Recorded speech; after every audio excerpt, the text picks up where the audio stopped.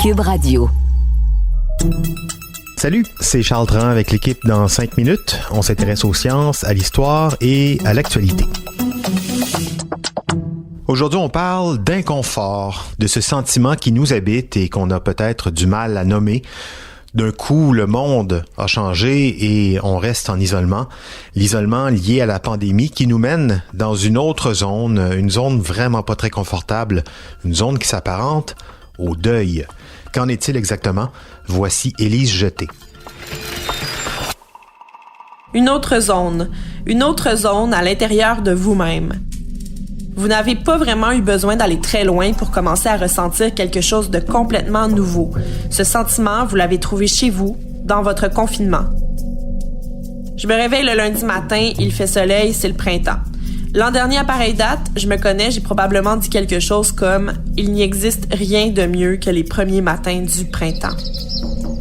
Et cette année, tous les mêmes signes sont là. Le printemps a la même odeur de dégel, le même vent chaud quand les rayons de soleil passent dedans. Pourtant, un sentiment oppressant et surtout omniprésent est là. Ce ne sont pas des symptômes de COVID-19, ce n'est pas de l'anxiété, c'est plus large que ça et ça prend toute la place. La pandémie de coronavirus s'est installée rapidement et elle a mis ses pattes sales dans tous les aspects de notre vie. Elle a changé notre manière de travailler, nos interactions avec les autres et par-dessus tout, elle nous a mis dans une situation extrême d'incertitude. On n'a pas de remède, on ne sait pas combien de temps ça va durer et si tous les gens qu'on aime vont passer au travers. On ne sait pas si les enfants vont finir l'année scolaire, tout comme on ignore si on va garder notre travail. Le plus grand expert au monde dans le domaine du deuil, David Kessler, a coécrit avec Elizabeth Kubler-Ross un livre mondialement connu qui s'appelle On Grief and Grieving, Finding the Meaning of Grief Through the 5 Stages of Loss. Dernièrement, il a accordé une entrevue au Harvard Business Review et il nous annonce que finalement, ce qu'on ressent en ce moment, c'est un deuil. Selon lui, on fait face à plusieurs types de chagrins différents en ce moment. Nous avons le sentiment que le monde a changé et il a changé. Tout comme aller à l'aéroport était différent après le 11 septembre, les choses vont être différentes dans plusieurs secteurs de nos vies après tout ça. Il parle d'un chagrin collectif, d'une perte de normalité qui nous fait vraiment peur et qui nous fait de la peine aussi.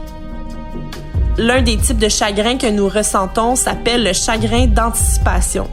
Selon Kessler, le deuil anticipé est une tristesse qui arrive en avance, quand on sait que quelque chose de grave va survenir. Habituellement, on le vit surtout avec la mort. On le vit quand quelqu'un obtient un diagnostic grave ou quand on a peur de perdre un de nos parents. En ce moment, notre esprit primitif sait que quelque chose de mauvais se passe, mais on peut pas le voir. Ça brise notre sentiment de sécurité. La peur du mal invisible, on a pu la vivre dans le passé, seul ou en petit groupe par exemple, quand un membre de la famille tombe malade, mais le vivre de façon collective à l'échelle du globe, ça nous est jamais arrivé. Donc, qu'est-ce qu'on fait avec ça? C'est quoi le remède à une peine collective? Peut-être que vous connaissez les étapes du deuil. Eh bien, Kessler dit que oui, on va les vivre, mais on va pas les vivre dans l'ordre et ça se pourrait que toutes les étapes partent et reviennent et qu'on les vive en vagues. Le déni peut vous faire dire « Ah, le virus, il va pas atteindre ma famille ».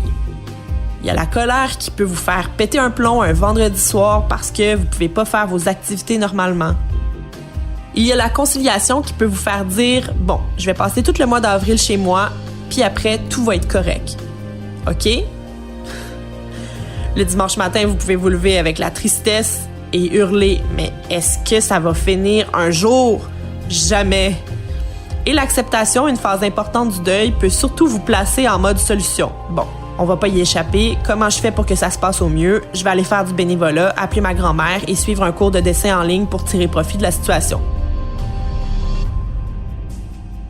Le spécialiste dit que tous les sentiments sont valides et qu'il faut les vivre. Ce n'est pas en se disant « Ah, je suis triste, je ne devrais pas être triste, allez, arrête d'être triste » que les choses vont passer plus vite. Habitons chaque sentiment. Si on a des tâches à accomplir et qu'on ne peut pas se laisser envahir, on y va par période.